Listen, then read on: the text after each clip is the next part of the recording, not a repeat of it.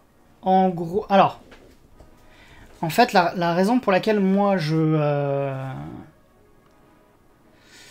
envie de pouvoir mettre à jour un CNAME, c'est que j'aime bien, mais c'est peut-être moi qui suis psychorigide, j'aime bien quand les enregistrements A disposent d'un reverse, d'un PTR.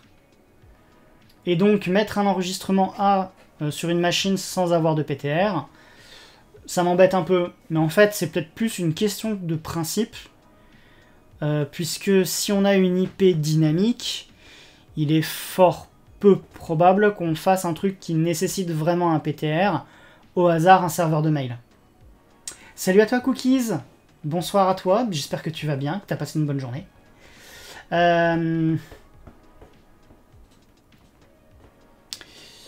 Mais ce qui m'embête, c'est quand tu dis que je peux pas gérer l'option -4 et -6. Je sais même plus comment on avait prévu de faire notre option -4 et -6.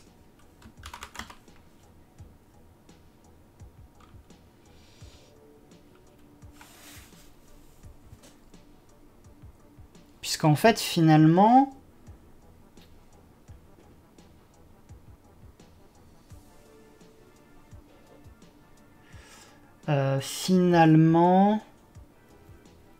Ah, mais en fait, finalement, on n'aurait même pas besoin du record type. Oui, voilà, c'est le temps que ça monte au cerveau. Donc en fait, effectivement, si on fait une option -4, on n'a pas à gérer le record type. Effectivement. Effectivement. Par contre, c'est une... tac. Et là, à la limite, record name... je sais pas si on... Enfin, il faudra... Alors, je mettrais bien host underscore name, mais j'ai peur que ce soit trop générique dans ce cas-là. Ou target name. Non.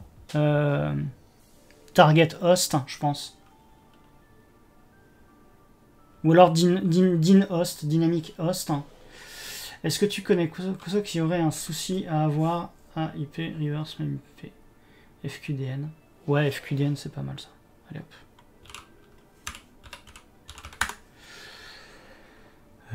Est-ce que tu connais quoi qui aurait un souci à avoir à IP reverse?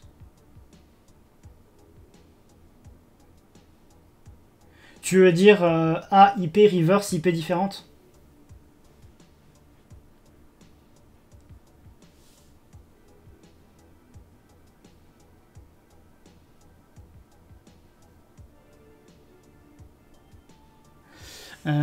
Mais effectivement... Non, un truc où ton domaine pointe vers une IP.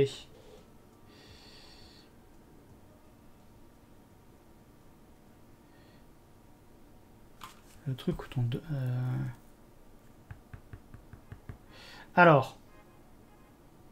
Non, en fait, un nom qui pointe vers une IP et le reverse correspond pas, c'est pas gênant. Enfin, sauf pour les mails, mais du DNS dynamique, on évite de faire du mail sur du DNS dynamique, de toute façon. Ah! Ouais.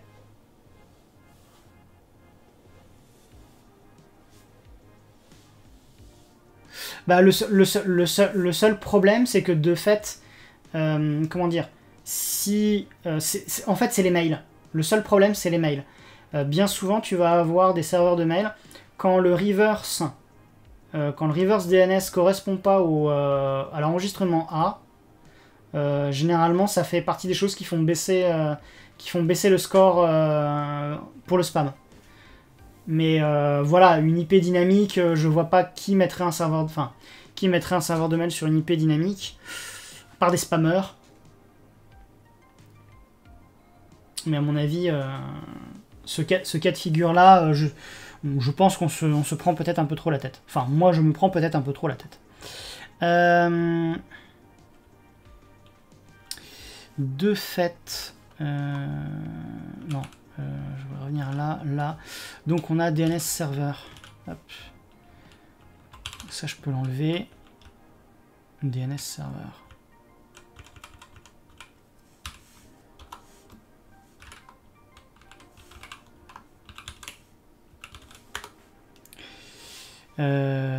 Sauf qu'en fait, est-ce qu'on aura besoin de... Parce qu'il faut juste avoir un PTR valide. Ah, il faut juste avoir un PTR valide? Ouais, donc dans ce cas-là, OSEF, quoi. OSEF. Ok.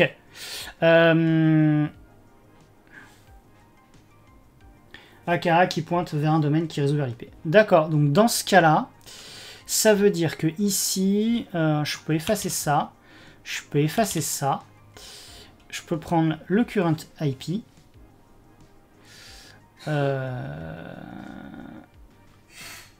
Ou pas un PTR vers du NXML. Ok. Ok.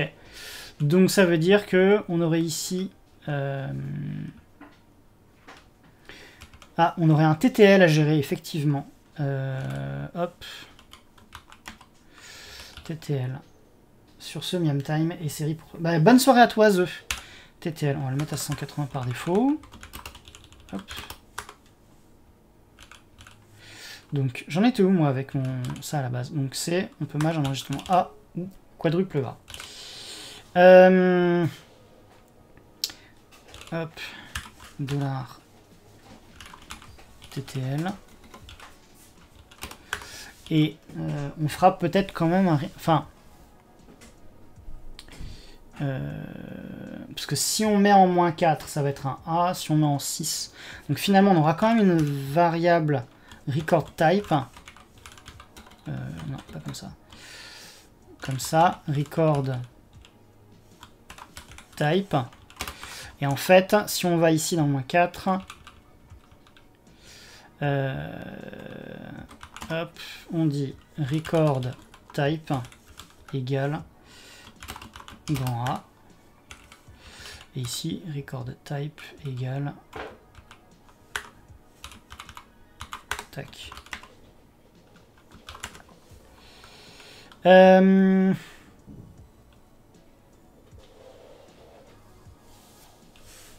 D'ailleurs, ce que je suis en train de me dire, c'est qu'il faudra faire soit de l'IPv4, soit de l'IPv6.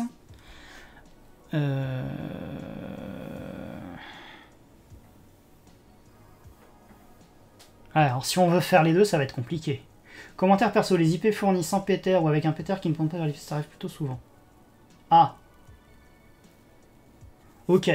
Donc, à la limite, je me prenais la tête pour rien, en fait. Ah oui, c'est vrai qu'il faudra gérer peut-être le cas de figure où on fait les deux. Ça va être joyeux. Donc là, mon truc de DIN host, forcément, il faut que je mette FQDN. Le A n'est pas compatible IPv6 et le quadruple pas IPv4. Ah oui, effectivement.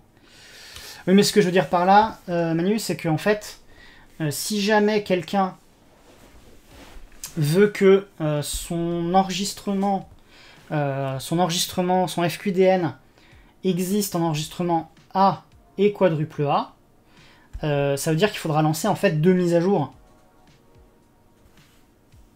Il faudra lancer une avec juste le A et une avec le quadruple A, je pense. Et on a dit FQDN. FQDN, hop.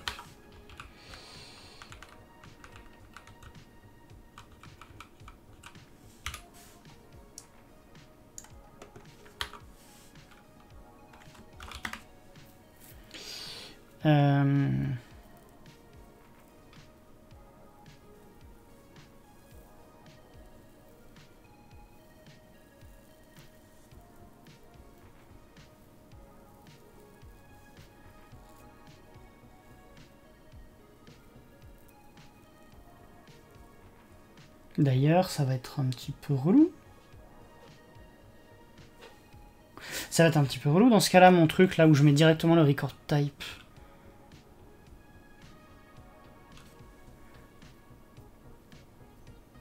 Parce que là, je rends le truc... Est-ce que je rends pas le truc exclusif? Bon, on verra plus tard. On verra plus tard.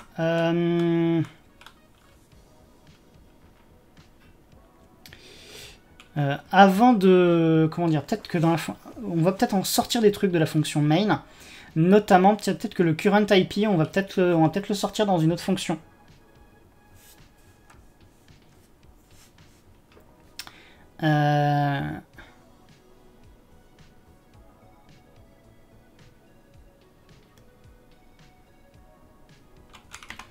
Ce qu'on va faire, ouais, c'est qu'on va faire un get current IP. Hop.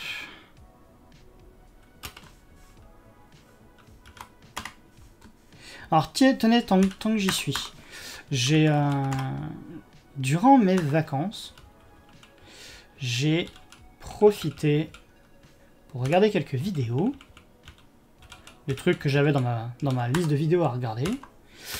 Et il y a un truc que j'ai vu. Alors je sais pas si vous... je pense qu'il y en a certains qui doivent savoir que quand on fait des fonctions en script shell, en particulier en bash, là, vous voyez, je déclare ma fonction en lui donnant directement un nom, en mettant les parenthèses, et ensuite j'ouvre des accolades que je referme ensuite à la fin de ma fonction. Mais qu'il est possible aussi d'écrire function avant, et que c'est complètement valide. Et je me demande, je vais peut-être vous faire un sondage, tiens. Qu'est-ce que j'ai fait du mon Firefox? Il est là, on va se faire un petit sondage. En gros, celui qui est en fait... donc je regardais des vidéos où la personne... D'ailleurs, je vais complètement entre guillemets dire de qui il s'agit. En fait, il s'agit de Christophe Casalegno. J'ai aka Brain Override. J'ai regardé quelques vidéos de sa chaîne YouTube, et lui, à son sens, c'est plus intéressant d'écrire function parce que d'abord c'est pas énorme à écrire, et ensuite parce que comme ça, quand il veut voir la liste des fonctions dans un script, il a juste à faire un grep function.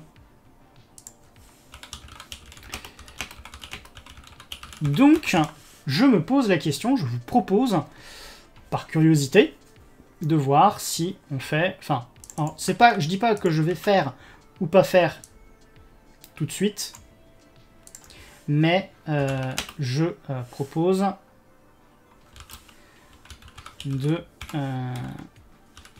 de voir ce qu'on pourrait... quelle est votre idée sur le sujet.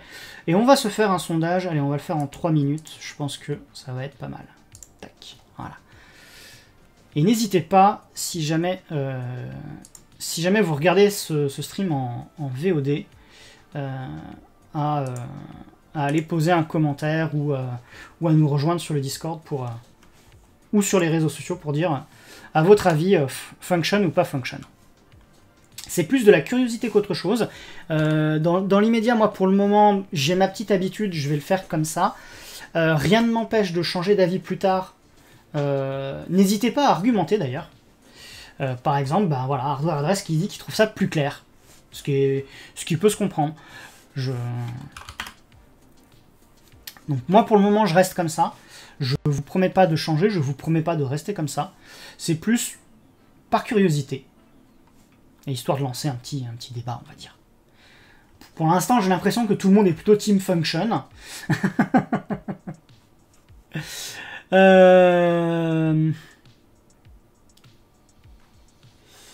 Donc...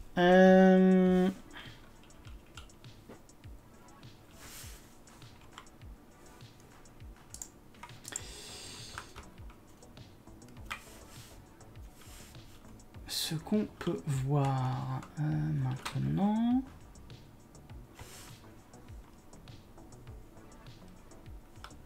Hop.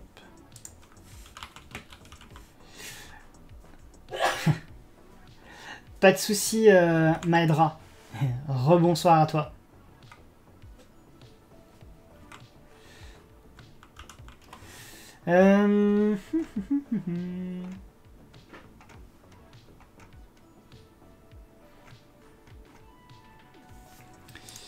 Je pense qu'on va faire un...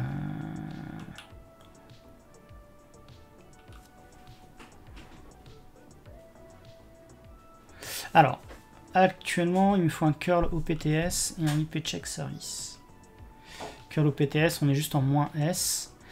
Ce que je vais faire, c'est que je vais rajouter ici une option de curl. Alors, si je ne dis pas de bêtises, ça devrait être grand L.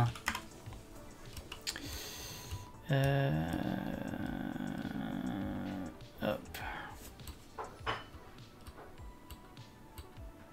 Config, non. Cookie jar, non. Ce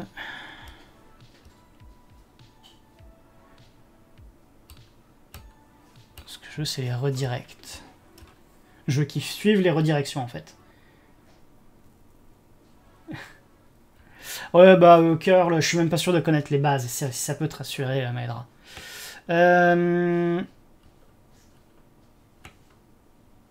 Moins L est OK pour les redirects. Salut Fabstock, merci. Je voudrais quand même... Ce que je vais faire, parce que j'ai mis moins S déjà, mais je trouve que c'est plutôt sympa de... Non, on va s'y reprendre autrement. On va faire moins L comme ça. C'était bien ça. Tac, tac. Non plus. Moins location, ce serait l'option longue.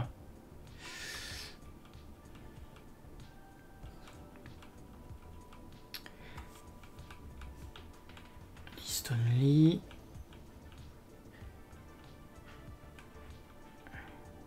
Moins, voilà. Alors, en HTTP, moins location, nanana. Et en fait, ce que je pense que je vais faire, c'est que je vais mettre les options longues dans le script, en fait. Hop. Donc en gros, ça veut dire qu'il va suivre une redirection 301 ou 302. Parce que là, aujourd'hui, dans l'état actuel des choses, s'il se contente de faire un curl-s, et que par exemple, on utilise l'adresse d'un service, et que ce service a une redirection, genre typiquement, là, le service que moi j'ai mis, parce que c'est mon propre service, auteurtelecom.com, si j'avais mis 3W, sachant que mon 3W renvoie vers le pas 3W, ben là, en fait, la récupération de l'IP échoue. Donc c'est un peu ennuyeux. Donc, pour les options de curl, hop là.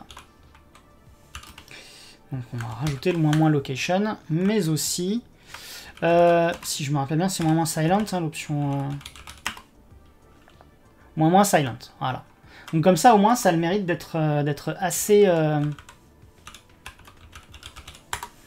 explicite, en fait. Parce que autant c'est pratique d'avoir les options courtes quand on veut faire un curl directement sur le shell, enfin sur la ligne de commande en interactif, autant là, on est dans un script, et c'est pas les quelques caractères qui vont changer la face du monde, en fait.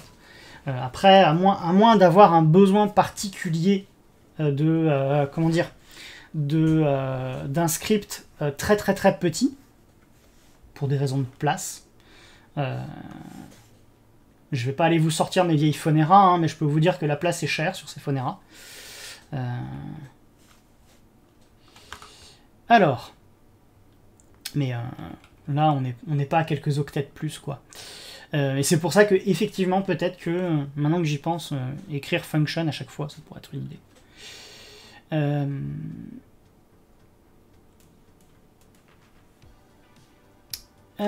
Donc, je vais peut-être d'ailleurs me le rajouter. Oui, follow http 3xx redirect with curl. Et à la limite, ce que je suis tenté de faire, parce que ça peut arriver des fois qu'on veuille faire un test sur un service qui ne serait pas en HTTPS, enfin si, qui serait en HTTPS par exemple, mais dont on aurait un souci avec le certificat, genre il a expiré ou alors il est auto-signé. C'est surtout le cas de figure que je veux traiter. Je ne vais pas mettre un moins K, c'est-à-dire le moins insecure, mais par contre, ce que je me dis, c'est que ça pourrait être intéressant d'avoir, hop, je vais revenir ici, on a mis un curl OPTS, et on va faire un extra curl OPTS, qui pour l'instant va être vide. If you need some options other than moins silent or moins location. Hop.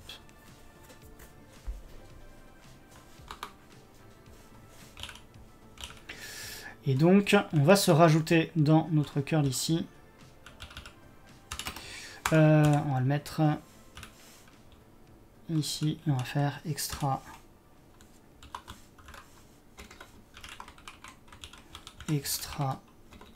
j'ai dit extra, hop, curl. D'ailleurs c'est un peu bête, ce sera curl extra au PTS en fait. Hop, j'ai un extra de trop ici. Hop, et il manque un espace ici. Hop. Hop là. Voilà.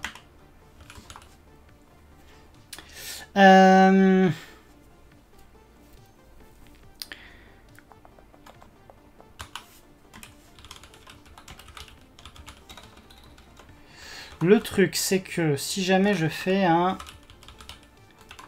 Si je fais ça...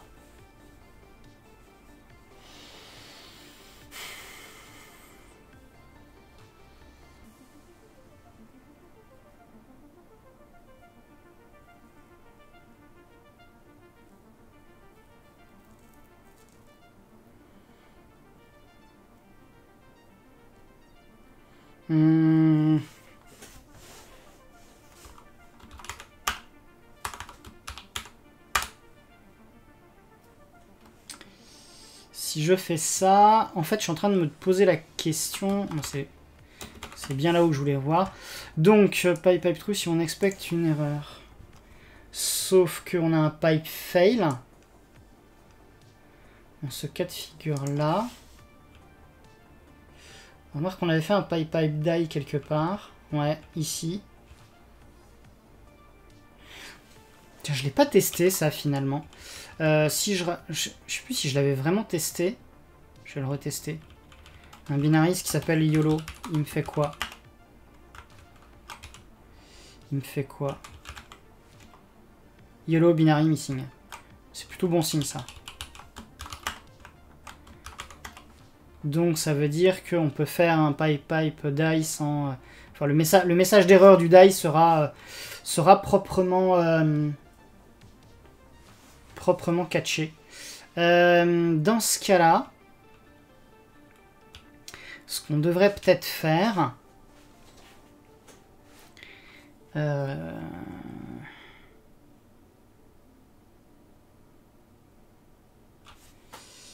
Comment je peux gérer...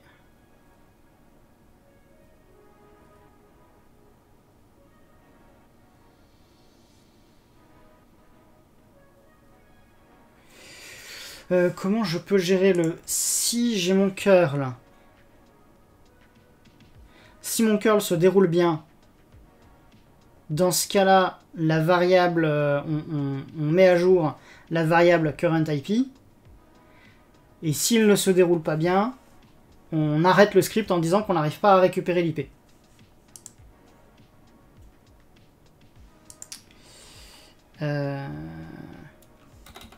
Sans audio. Tu ne peux pas return une string qu'un code de retour. Ah, effectivement.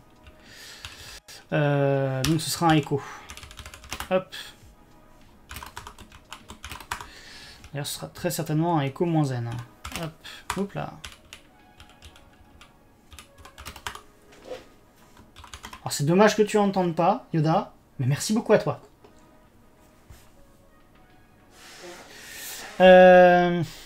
Effectivement, ce sera une chaîne de caractères.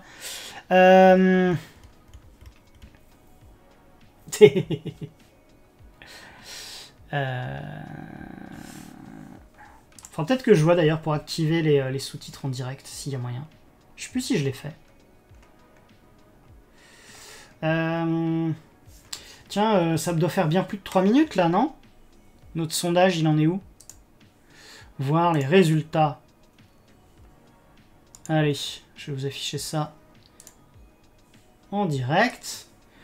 Et donc, avec une écrasante majorité, vous préférez écrire function devant vos fonctions en bash. Voilà, voilà. Bon, d'accord, une majorité de 3 à 0. Mais une majorité quand même.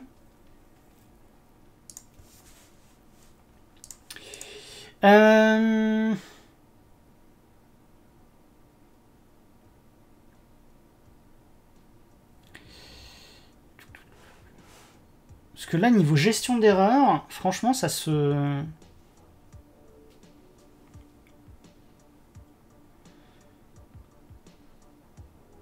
3 sur 3, c'est pas mal. D'ailleurs, je suis même en train de me dire, mais comment je vais tester mon getCurrentIP, en fait? Parce que le truc, c'est que si je le lance là sur...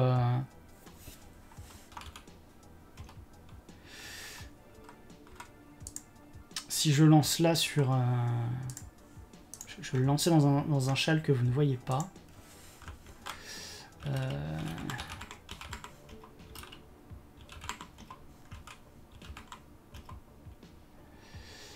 Pour l'instant, il n'affiche rien.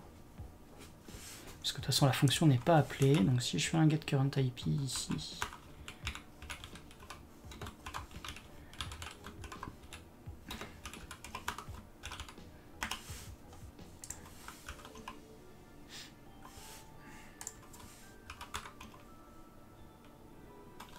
pourtant, il devrait... Ah, mais il le... Ah oui, mais oui. Hop, moins C... slash...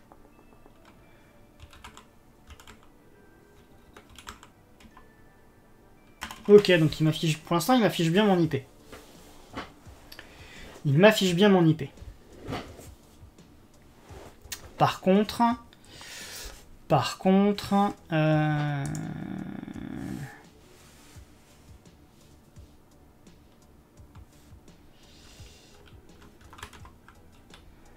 c'est comment je gère l'erreur. Ou alors, plutôt que de m'embêter à le... Si jamais...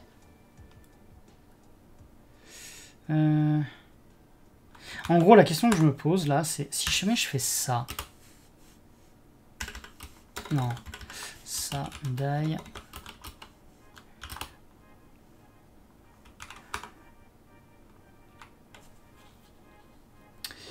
Et que je dis...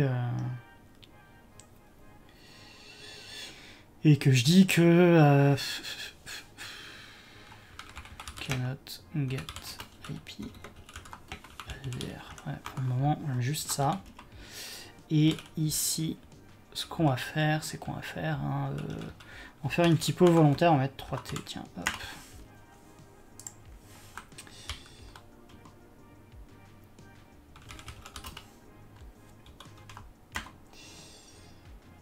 Alors, le script échoue avec un $, avec un code de retour 1, mais je n'ai pas de die quelque chose.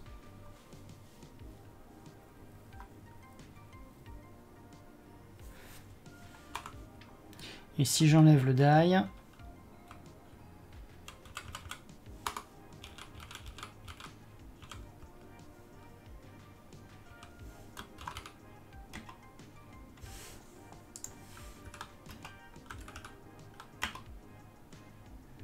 il me fait une... Alors, j'ai dû me tromper dans les... Oui, c'est ça. Hop.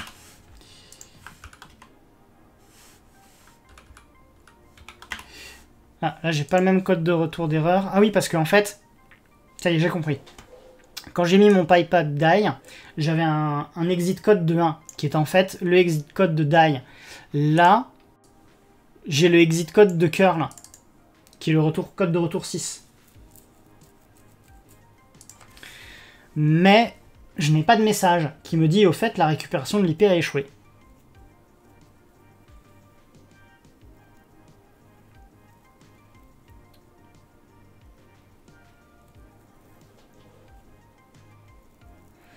Comment est-ce que je peux réussir à mettre dans la fonction... Enfin, comment je peux mettre dans une variable l'adresse IP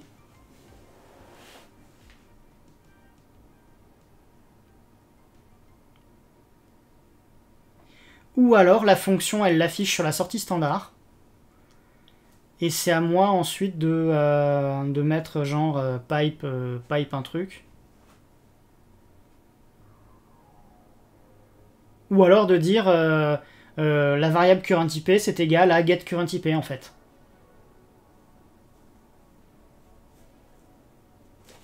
Je pense qu'on va faire ça comme ça.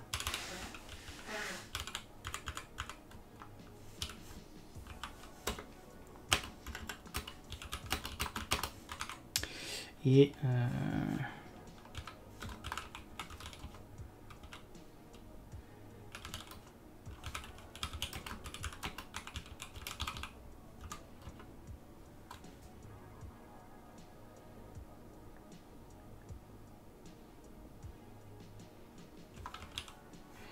check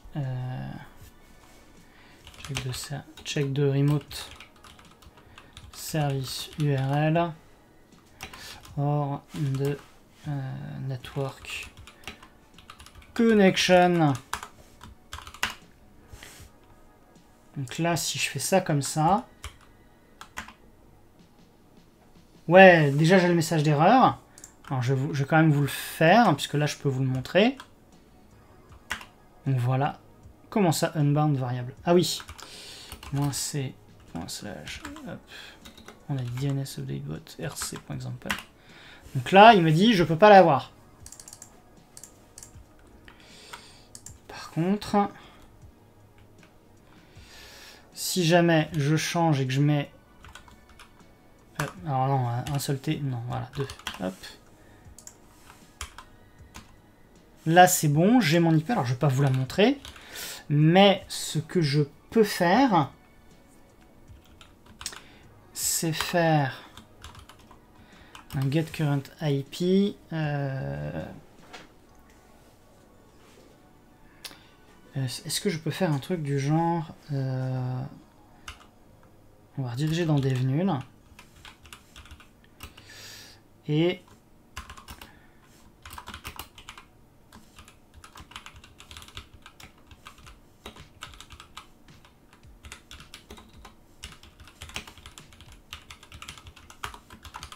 tac.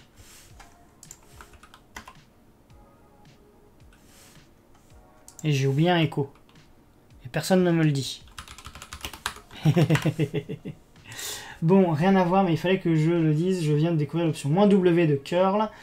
Et comment curl-w anti/n ajoute enfin en réponse JSON le retour à la ligne qui leur manque. Le retour à la... Ah oui, parce que les fichiers JSON se terminent pas avec une ligne vide. Où il leur manque un dernier... Voilà, là on est bon. Bah écoute, si tu as réussi à trouver une option de curl qui te plaît, moi je suis très content pour toi, Haribo.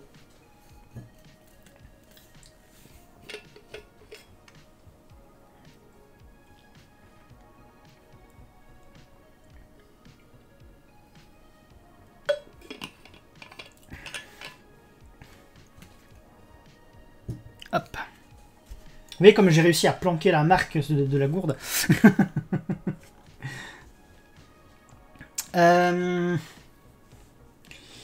Bien, donc là au moins, ça c'est cool.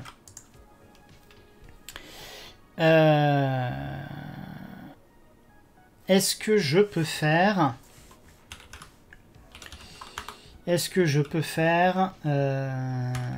current underscore IP égale... Hop, égale... dollar... bah non, ça, voilà. Et ensuite, je vais faire un écho ici de $. Alors ça, pour le coup, je vais pas vous le montrer.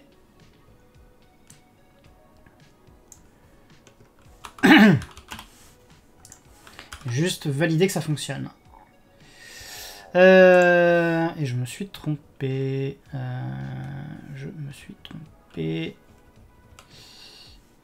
Ça devrait être...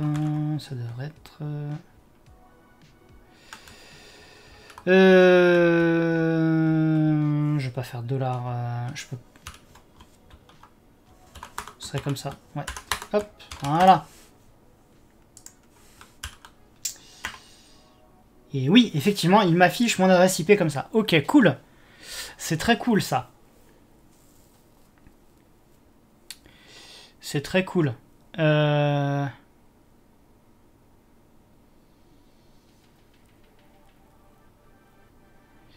C'est très cool.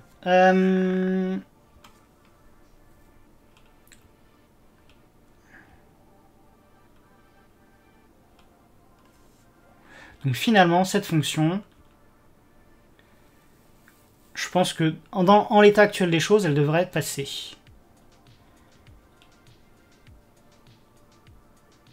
Par contre, il me faudra ici, il me faudra une fonction. Enfin, il me faudra pas une fonction, il me faudra une variable, un paramètre, pardon. Il me faudra un paramètre qui est donc l'adresse IP. Alors, il me faut d'autres choses. Ça, on... Tac. Alors, record type, et là, on a dit... là, ce sera current, en fait. Ce sera pas current reverse, ce sera current IP. Le key file, c'est key underscore file.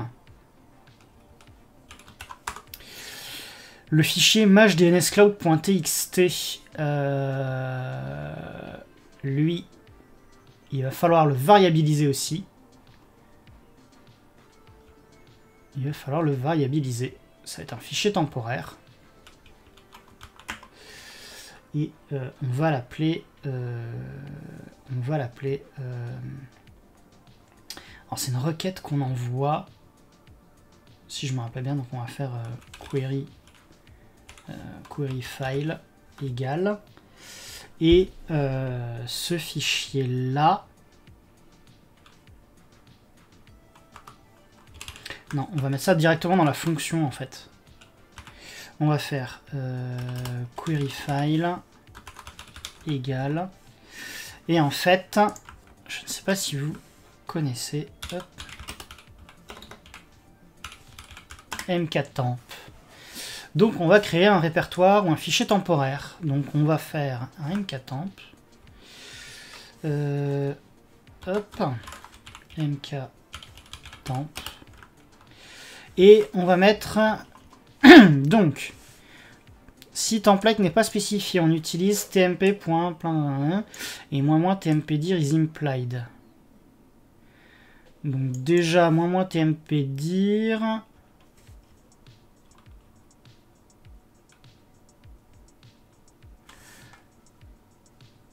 Use tmpdir if set else /tmp. Moi ça me va /tmp. Par contre, on va vouloir un suffixe append suff to template. Suff must not contain / this option is implied if template doesn't index.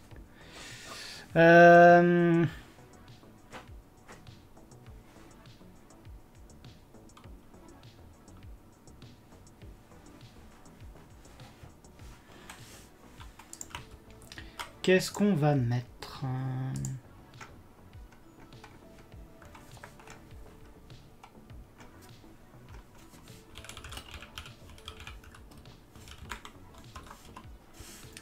Je pense qu'on va le laisser, tel quel en fait, hein, on va pas s'embêter. Voilà, mktemp. Et à la fin,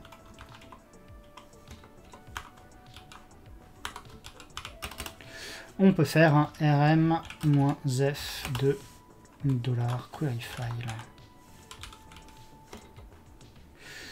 Query file.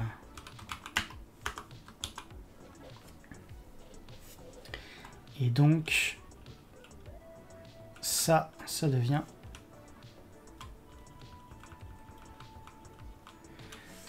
query file. Hop.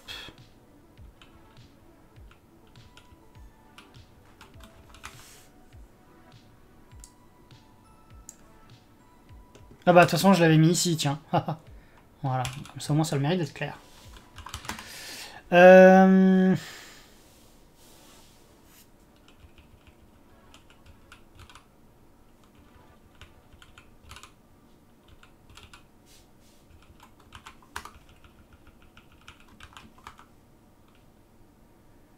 Donc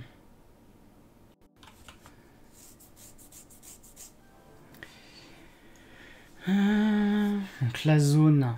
Ah bah tiens, il va falloir...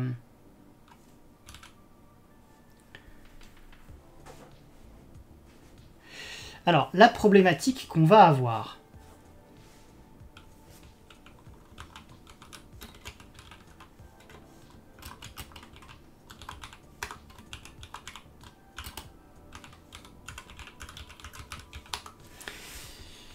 La problématique qu'on va avoir, c'est que par exemple... Alors, je vais reprendre mon autre fichier.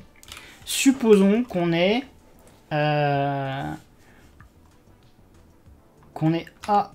Ouais, A.B.C.X.com.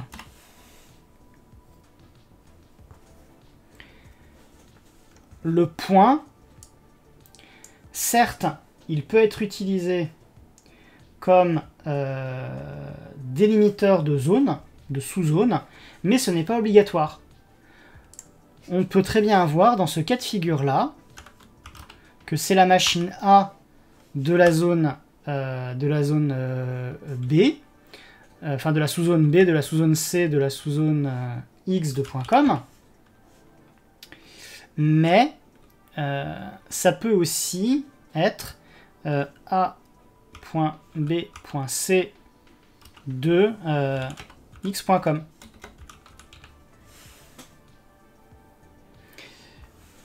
Je pourrais me dire que... Je pourrais essayer de déduire que la zone, c'est forcément juste avant le point le plus à droite. Mais je pense qu'il va être plus simple de le mettre dans un fichier de conf.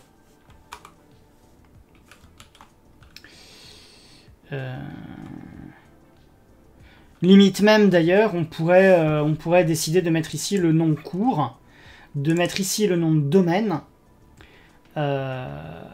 et de concaténer les deux pour obtenir le FQDN. Zone, hop, $zone. Ok.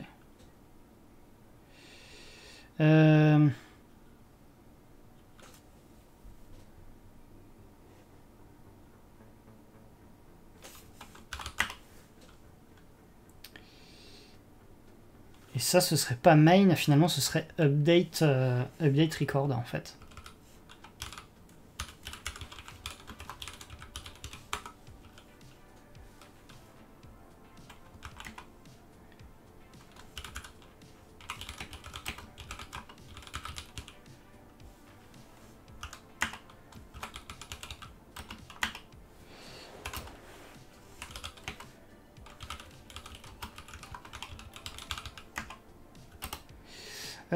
Il me faut donc...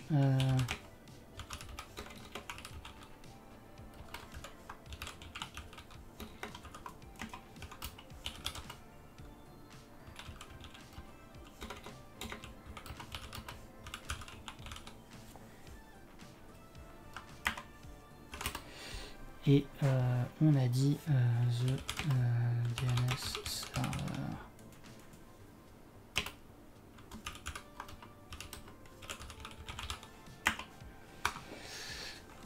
Et qu'est-ce qu'il me faut d'autre? Ah oui, et le fichier clé.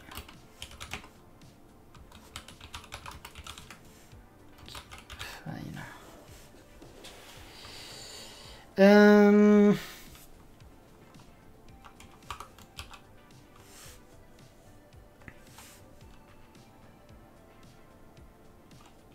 Et là, par contre, on va se faire un die.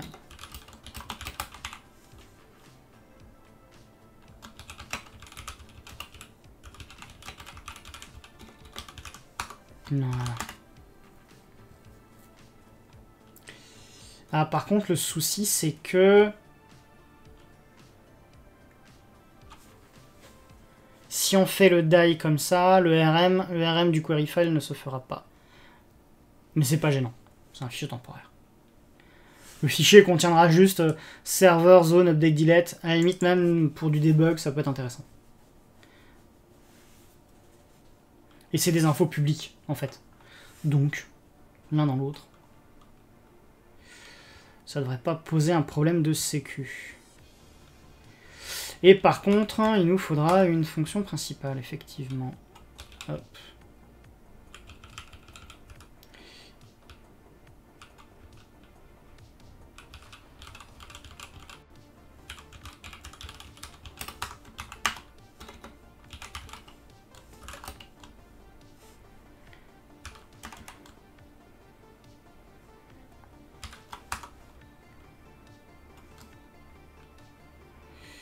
Ceci étant, est-ce qu'on va avoir besoin d'une vraie fonction main? On verra plus tard. On verra plus tard. Je la laisse comme ça. À la limite.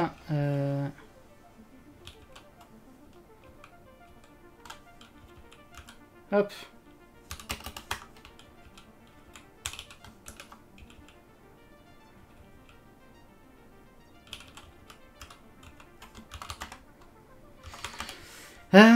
Bah écoutez, il est déjà 10h moins 5. Mine de rien... Mine de rien, on avance un peu. Alors, on n'avance pas non plus... Enfin, j'avance pas non plus ultra vite, mais au moins, l'avantage... Enfin, le bon côté des choses sur cette session, c'est qu'au moins, on voit les choses un peu plus claires. Je sais pas vous, mais moi, en tout cas, je commence à y voir un petit peu plus clair sur les choses à faire. Alors, on a encore les problématiques d'IPv4, d'IPv6 à gérer, mais je pense que ça va venir. Ça va venir au fur et à mesure. Je pense que je vais prendre un peu de temps pour commit tout ça.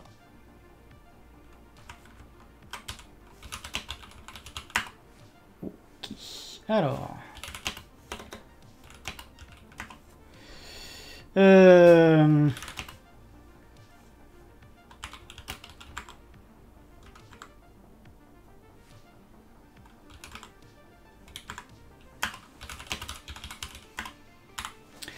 Alors, globalement, ce qu'on a fait, c'est split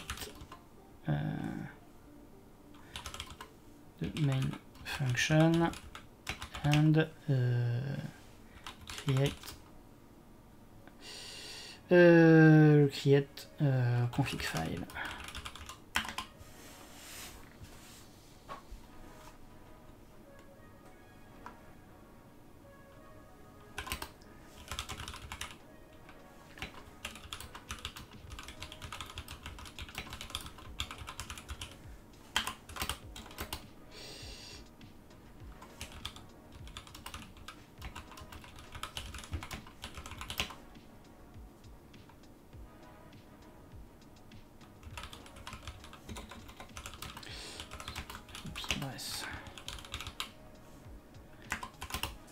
Et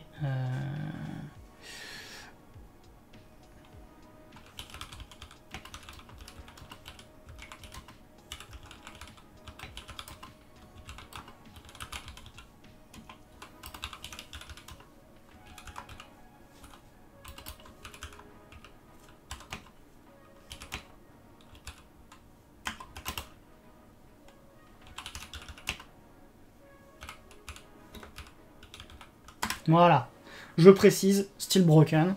Donc le script, je pense pas qu'aujourd'hui, le lancer en l'état va changer grand chose. Par contre, ce qu'on peut rajouter, c'est...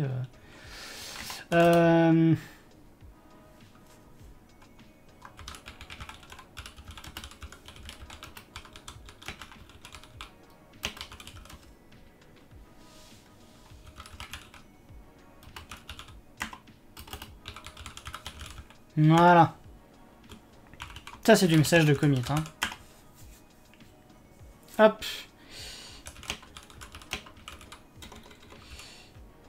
Et... Hop. Allez, on va afficher ça. On va afficher ça. Voilà. Comme ça. Ici. Voilà, on a grosso modo le résultat actuellement publié. Hop. Donc, voilà grosso modo les modifs de ce soir en mode diff. Voilà. hop. Donc je vous le rappelle, on peut aller voir, si jamais ça vous amuse, d'aller jeter un œil au code, et si jamais vous avez envie de faire des modifs, pourquoi pas. Sur un précédent projet que j'avais fait en live, qui était donc RunLab, il y avait des gens qui avaient fait des pull requests et que j'avais relu en direct. Donc n'hésitez pas, si jamais vous avez des idées, si jamais quelqu'un a envie, je sais pas moi, de rajouter function devant toutes les fonctions, ça peut être une idée. Donc vous pouvez contribuer à ce script si ça vous chante. Maintenant, hop, on va repasser dans ce mode-là. Alors je sais pas si je peux dire des annonces ou quoi que ce soit.